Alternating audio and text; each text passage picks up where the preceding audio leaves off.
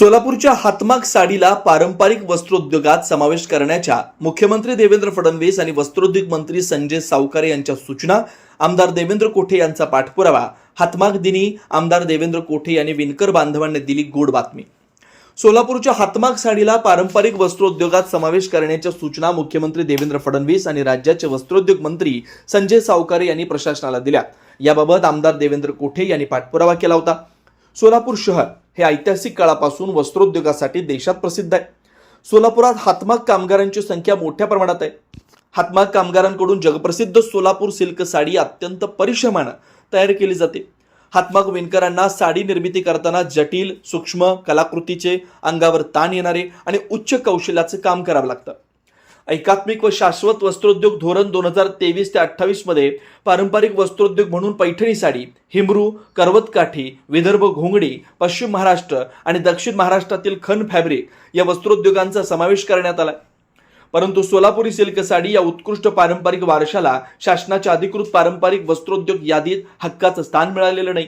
त्यामुळे एकात्मिक व शाश्वत वस्त्रोद्योग धोरणात सोलापूर सिल्क साडीचा पारंपरिक वस्त्रोद्योग म्हणून समावेश करून हातमाग कामगारांना सवलती व आर्थिक सहाय्य मिळावं अशी मागणी आमदार देवेंद्र कोठे यांनी मुख्यमंत्री फडणवीस आणि राज्याचे वस्त्रोद्योग मंत्री संजय सावकारे यांच्याकडे 30 जुलै रोजी पावसाळी अधिवेशनादरम्यान केले होते।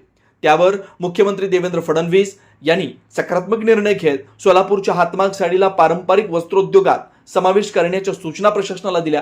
पर्यावरण पूरक, आकर्षक आणि अत्याधुनिक डिझाईनची सायकल आता फक्त ₹2800 मध्ये।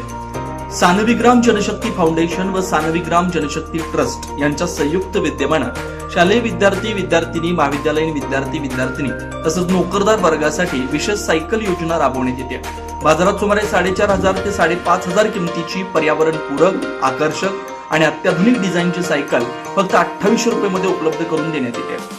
या योजनेचा लाभ अनेक नागरिकांनी घेतलाय। आपण या संधीचा लाभ घ्यावा। महत्त्वाची सूचना, या योजनेसाठी पूर्व नाव नोंदणी आवश्यक आहे। नाव नोंदणी करताना कोणतेही शुल्क आकारलं जाणार नाही। सायकल प्रत्यक्ष स्वीकारताना फक्त ₹2800 भरावे लागतील।